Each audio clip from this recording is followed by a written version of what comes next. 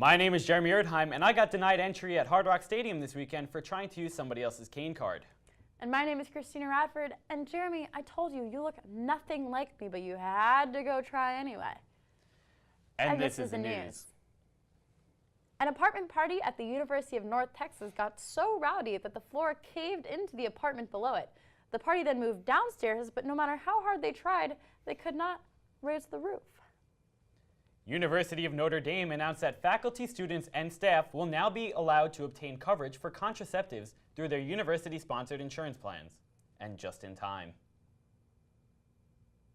Stovetop is selling Thanksgiving dinner pants that have an expandable waistband.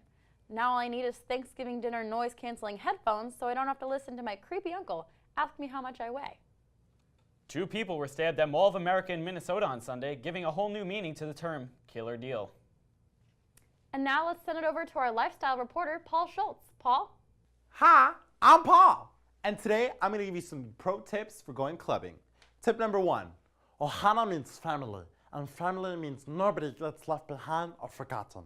This means don't leave your friends, because if anything happens to them, you'll feel super guilty. Alright, Ariel, tip number 2. Remember that at the club, you're going to sweat like you're under the sea, so don't wear long sleeves unless you like being wet. You're nasty.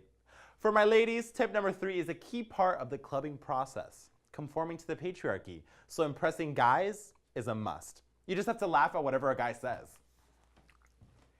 So, you know where the bathroom is? Just like that. But sometimes we don't want to be approached. Tip number 4 is all about showing off some cultural knowledge. Boys hate educated girls. So, can I buy you a drink? In my country, we eat little boys like you and spit them out. Works every time. For my fellas, if you want a girl to get super close, just be really unethical and pretend to be deaf.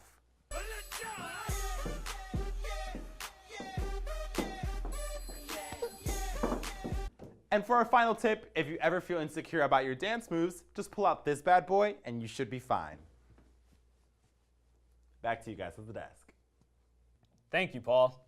A Michigan man suffered from first-degree burns and singed eyebrows. Reports say he smelled gas in his home and lit a match to find the source of the leak, only to have the gas ignite. That's kind of like wondering if there's chloroform on a cloth, so you decide to smell it, just to be sure. Donald Trump insulted Kim Jong-un with a passive-aggressive tweet this past week. People were outraged at this childish behavior, but I, for one, was happy to get a chance to warm up for all the comments I'll be receiving about my major and relationship status when I go home next week.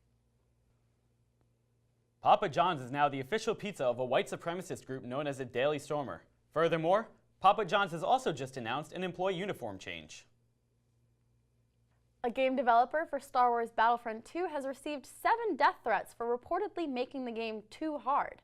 And everybody knows the only thing scarier than an angry Star Wars nerd is my uncle at Thanksgiving. He truly has asked me how much I weigh every single year. And, what was the answer to that? And this has been the news. It's very rude to ask a woman that. I know. We've gone over this. I'm sorry.